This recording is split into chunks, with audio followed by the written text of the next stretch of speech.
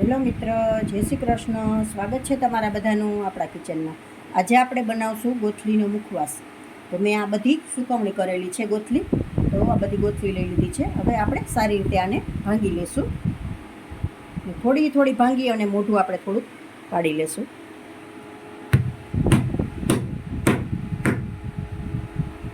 આ રીતે થોડું થોડું મોઢું આપણે આમ ખુલે ને એ રીતે, એટલે નિમક ચડી જાય અંદર. તો આ રીતે આપણે બધી ગોથલીને ભાંગી લેશું. આ રીતે આપણે બીજી પણ ગોથલી ભાંગી લેશું. આ રીતે સારી રીતે નિમક પણ ચડી જાય અને બફાઈ પણ જાય, એટલે આ રીતે થોડા થોડા મોઢા પાડી લેશું. બધી ગોથલીને આપણે આ રીતે ભાંગી લેશું.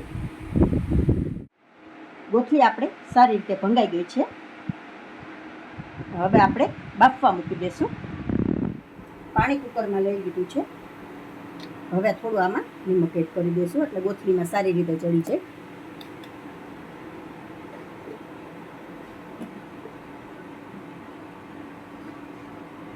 ગોથલી આપણે આમાં એડ કરી દઈશું.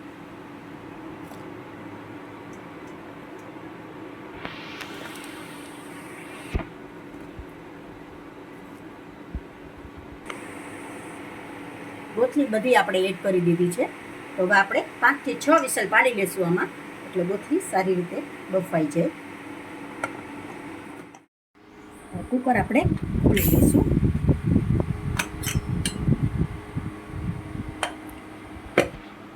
પાંચ થી 6 વિસલ મારેલી હતી, સારી રીતે બફાઈ ગઈ છે. હવે આપણે આ ચાયણામાં કાઢી લઈશું.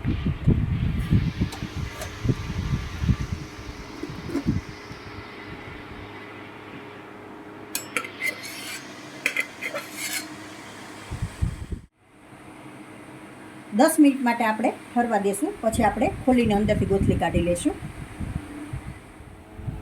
ગોથલી આપણે બાફી અને સૂકવવા રાખેલી હતી, તો હવે સારી રીતે સુકાઈ ગઈ છે. તો હવે ગોથલીને આપણે બહાર કાઢી લઈશું.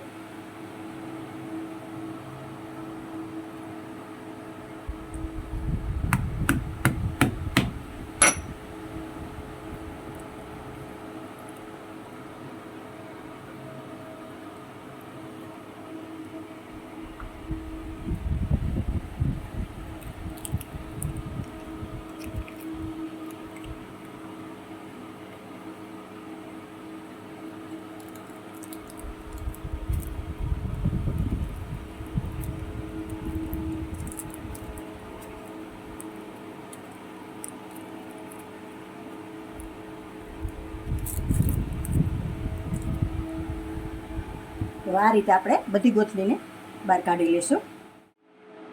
ગોથલી આપણી બધી સારી રીતે કાઢી લીધી છે. તો હવે આપણે સ્લાઇસમાં કાપી લઈશું.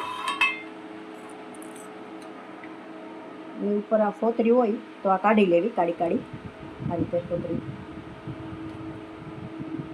હવે બધી કટ કરી લઈશું આપણે સ્લાઇસમાં.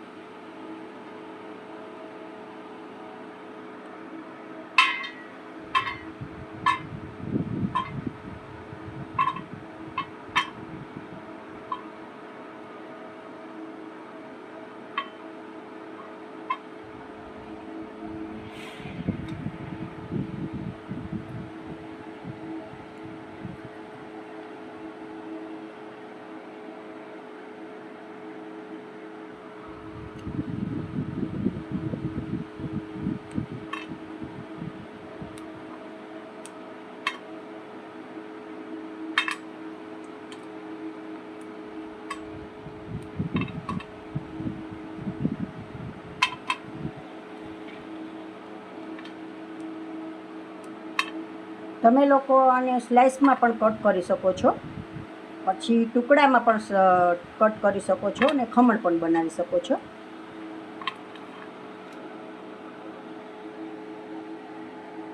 હવે આપણે આ રીતે બધી સ્લાઇસમાં કટ કરી લઈશું. ગોથલી આપણી સારી રીતે કટ થઈને તૈયાર છે. તો હવે આપણે આને શેકી લઈશું.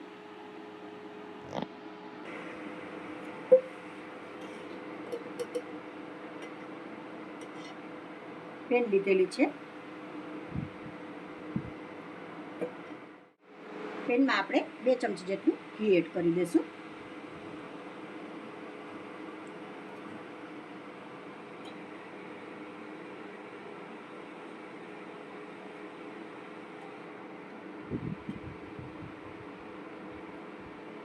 એ થોડું મેલ્ટ થઈ જાય એટલે આપણે ગોથલીને એડ કરી દઈશું. એ આપણું મેલ્ટ થઈ ગયું છે. હવે આપણે ગોથલીને એડ કરી દઈશું.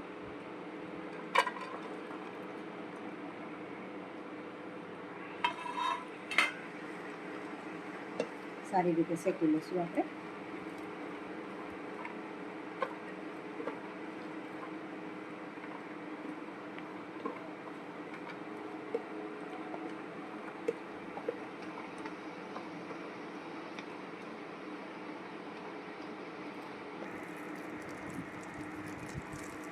ગોથલી આપણી ક્રિસ્પી થાય ત્યાં સુધી આપણે શેકી લઈશું.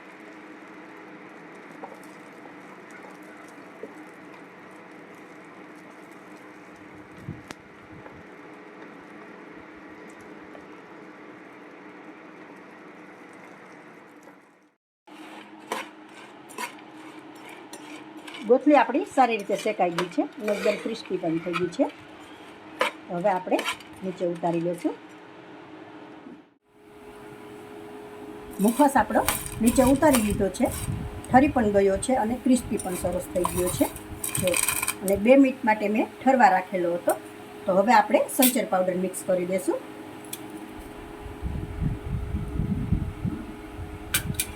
હું 1 ચમચી મિક્સ કરું છું. તમે ઓછા વધુ કરી શકો છો. સંચર પાવડર સારી રીતે મિક્સ થઈ ગયો છે. હવે તમે વરસ માટે અને એરટાઈટ ડબ્બામાં ભરીને રાખી શકો છો.